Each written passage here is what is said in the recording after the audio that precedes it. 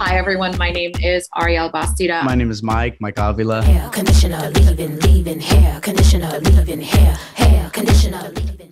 Let's just get into it, right? We at the Mixed Space have been wanting to do a hair meetup for a very long time. The people who've been coming to our meetups know this, because hair holds such an importance to all people.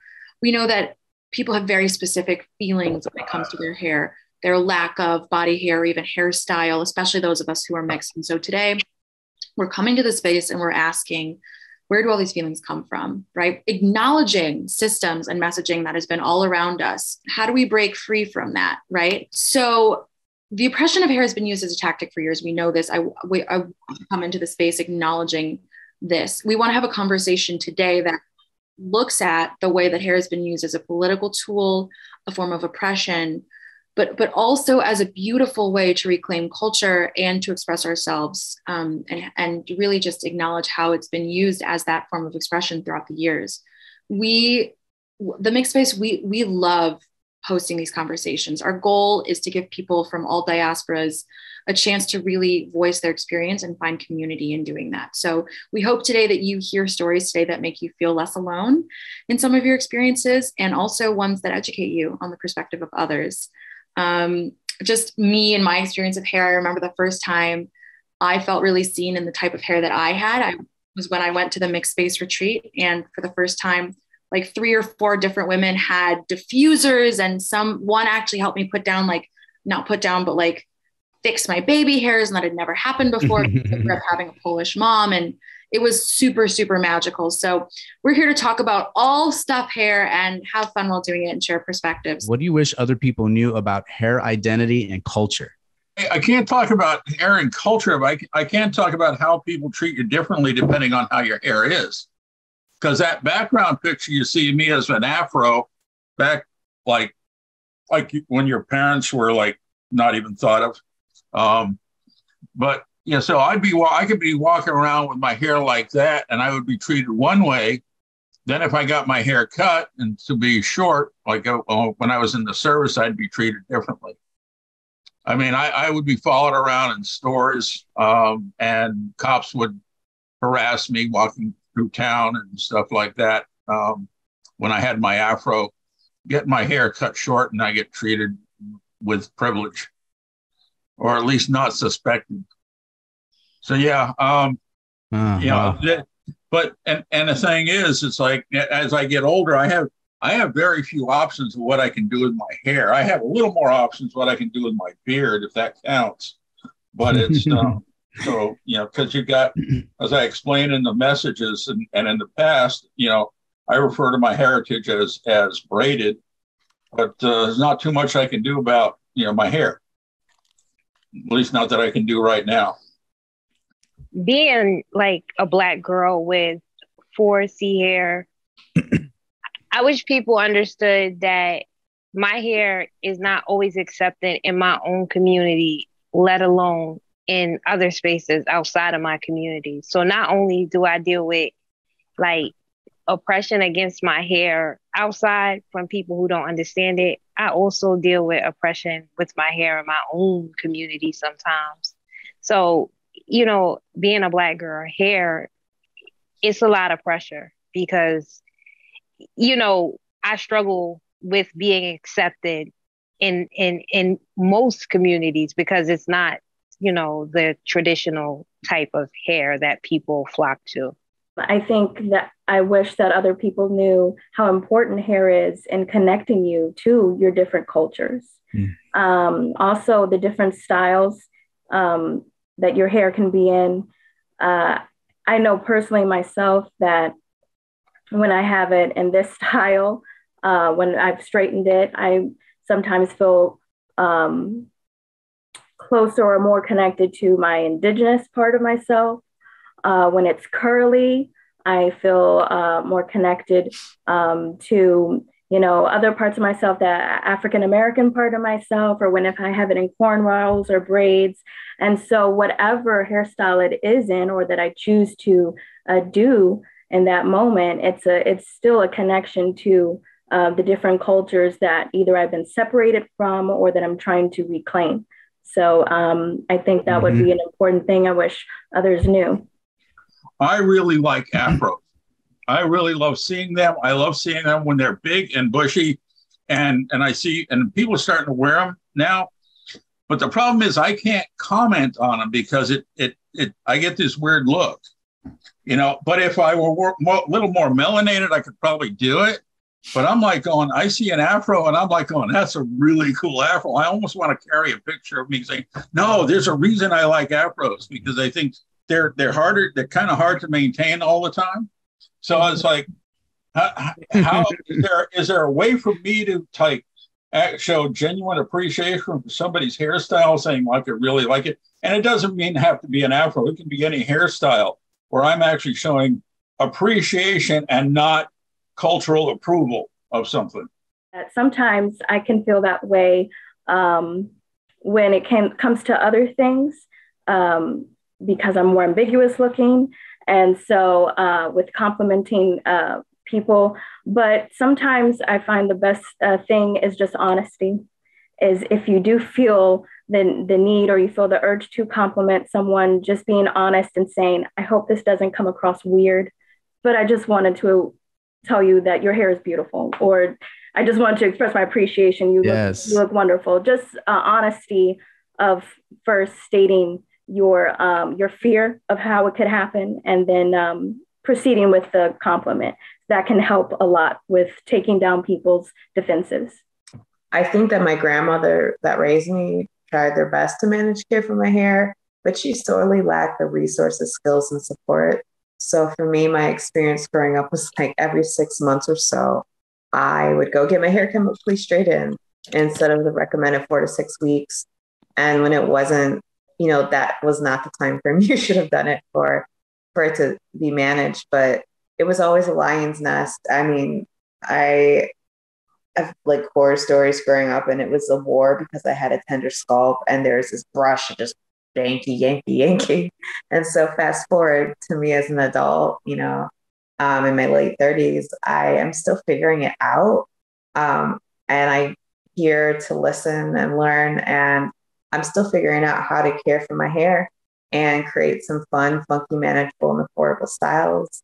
So like, I really appreciate what everyone's sharing here. I'm mixed and a third culture kid.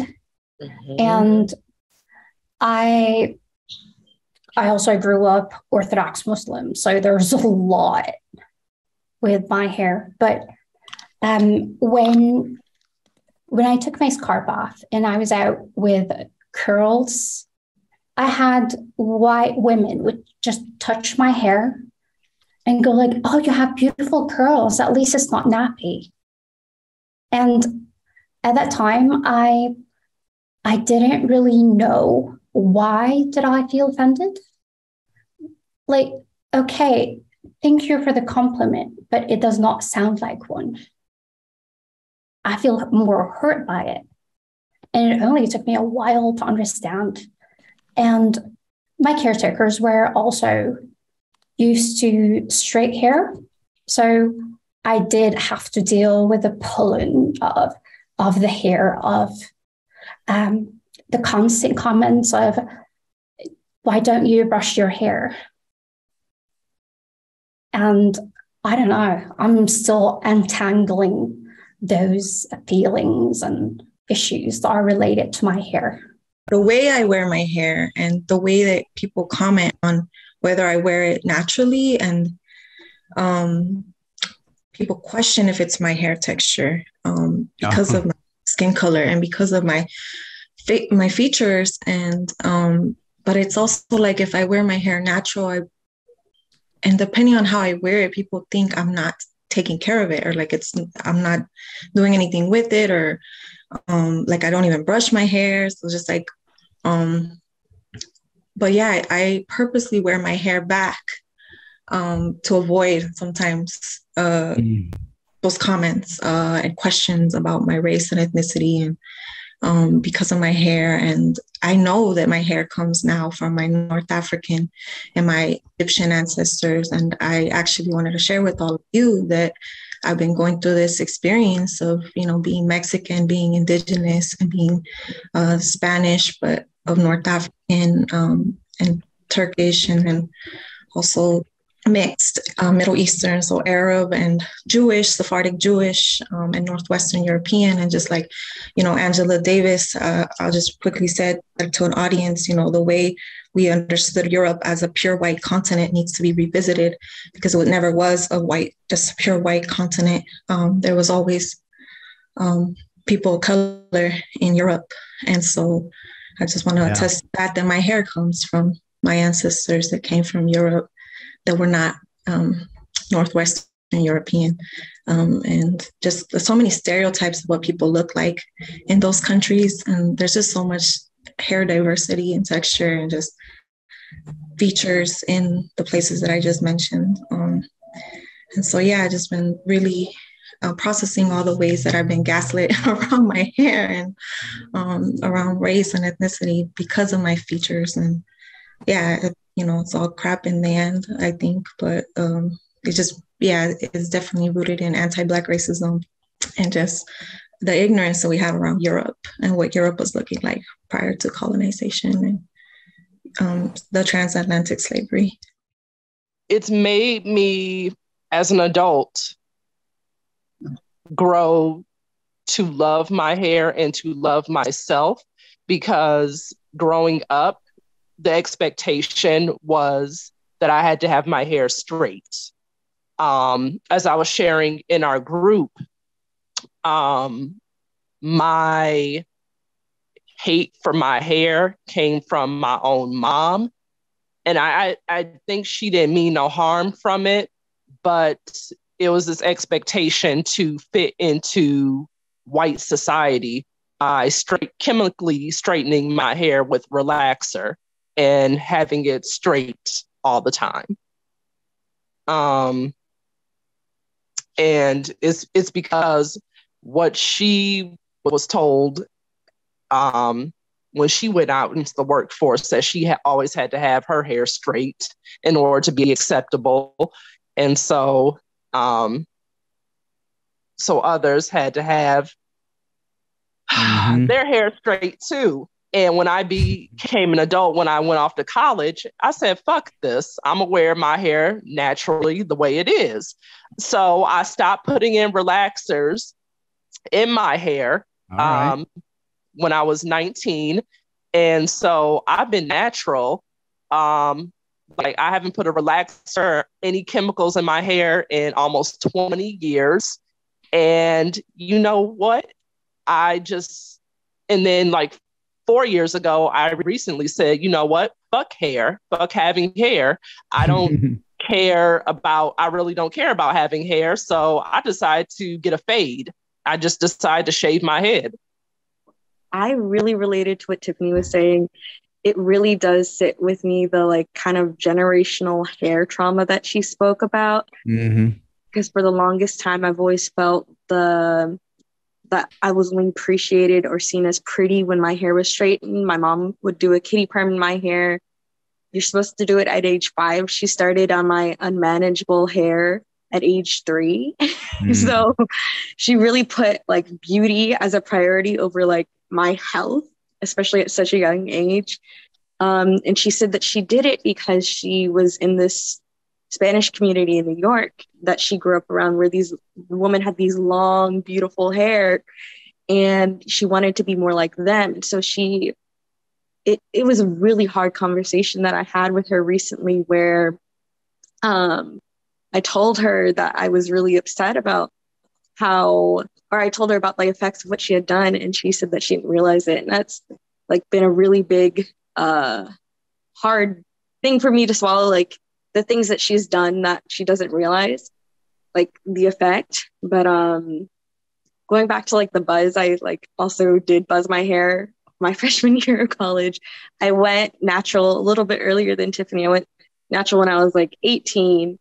And then I was kind of not embarrassed of my hair, but I didn't know what to do with it. I didn't know how to ask questions. I didn't feel like I was safe in a space to ask questions about how to do my hair, because I had this like negative stigma about looking Black, and I'm mixed African American white, and a lot of other things. But I just, it was just a really hard thing for me to even like do my edges. And even like when I went to work today, it's still hard for me to like wear my hair curly and feel professional, even though like I work with older adults and they don't care. They don't care at all. But like it's something inside of me, I guess.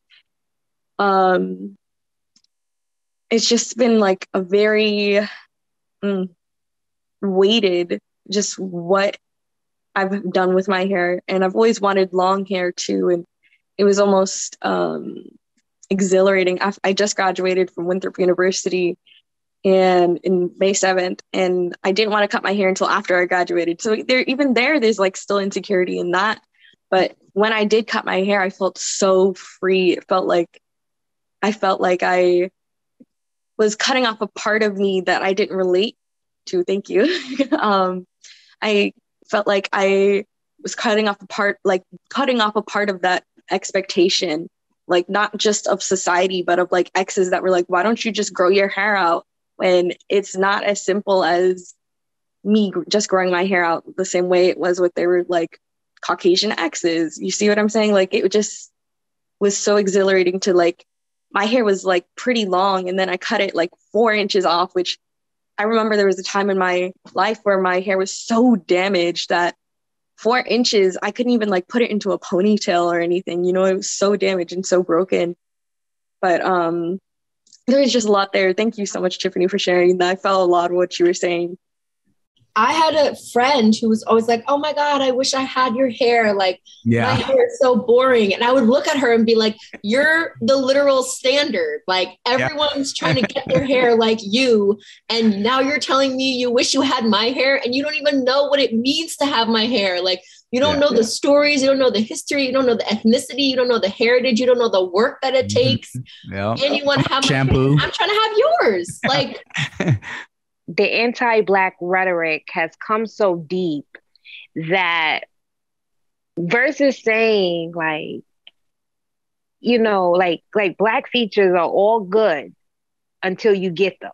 You know, everybody want to be Black until it's time to be Black, right? And then we love on like so many other parts and disconnect from others. Like the idea of not knowing how to do the hair. That's rooted in anti-Blackness to say like, you know, I don't even want to touch it. I don't even want to know.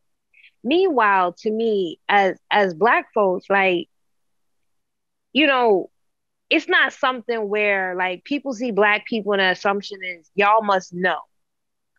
We learn, you know, like understanding, like how do you do the thing you do? Just, you know, someone explained that their mom learned how to cornrow. I'm a Black girl. I had to watch and learn how to cornrow. But because there's so many messages about anti-Blackness, to even cross the threshold to learn is like, no. I remember going to a Dominican salon, which baffled me because we share some of the same features. And the lady looked at me and she looked at my hair. She said, And I said to myself, because of my hue, it's a But meanwhile, we have the same thing. But because I'm Black, it's Not even I'm Black, because of my hue. And when we have these conversations of like, you know, mom couldn't do it, or we had to straight, this to me is all of the things that we don't, like when we're not telling the truth. You know, it's not I didn't know how to. It's more so that's Black people stuff. We ain't Black, leave that alone. But meanwhile, like I said, for Black people, we're not given birth, right, to say, yeah, boom, you come out of the womb doing hair. You come out of the womb greasing it. We embrace. And when we're in a society that does not embrace, we continue to push away. The minute it's too thick. I don't know how to do that. But it is what it is. We are here. And I just think that, you know, I didn't want to. I didn't know. You did know. you know what that is. You know what that coarse hair means. You know what those curls mean. That's a part of you that you don't like. And I say that to say, Black people, we don't come out of the womb like this. This is what, we have to learn. We don't have the right to go to the salon and be like, go straighten this up. There was a time where we couldn't even, what? Don't go, we couldn't go there. We had to create. And when I hear these conversations of like, oh, she didn't know, she knew, she chose not to embrace it. Because we know what that is. You know what I mean? Like the minute we say, I don't know what that thick hair is, you're rejecting. We know what that thick hair is, and we know what that curly hair is. That's that Black woman or that Black man. And I think when we continue to say, I don't know, we continue to lie to ourselves, and we continue to sit in this anti-Black rhetoric, and we continue to have these beautiful brown babies that reject themselves because we say we don't know why your hair is thick, but we do know because you're Black. I have a bit of a different story. I shared it in the first breakout room, which is I grew up Orthodox Muslim. And that meant that I had to cover my hair and my body from the age of 9 until I took my scarf off.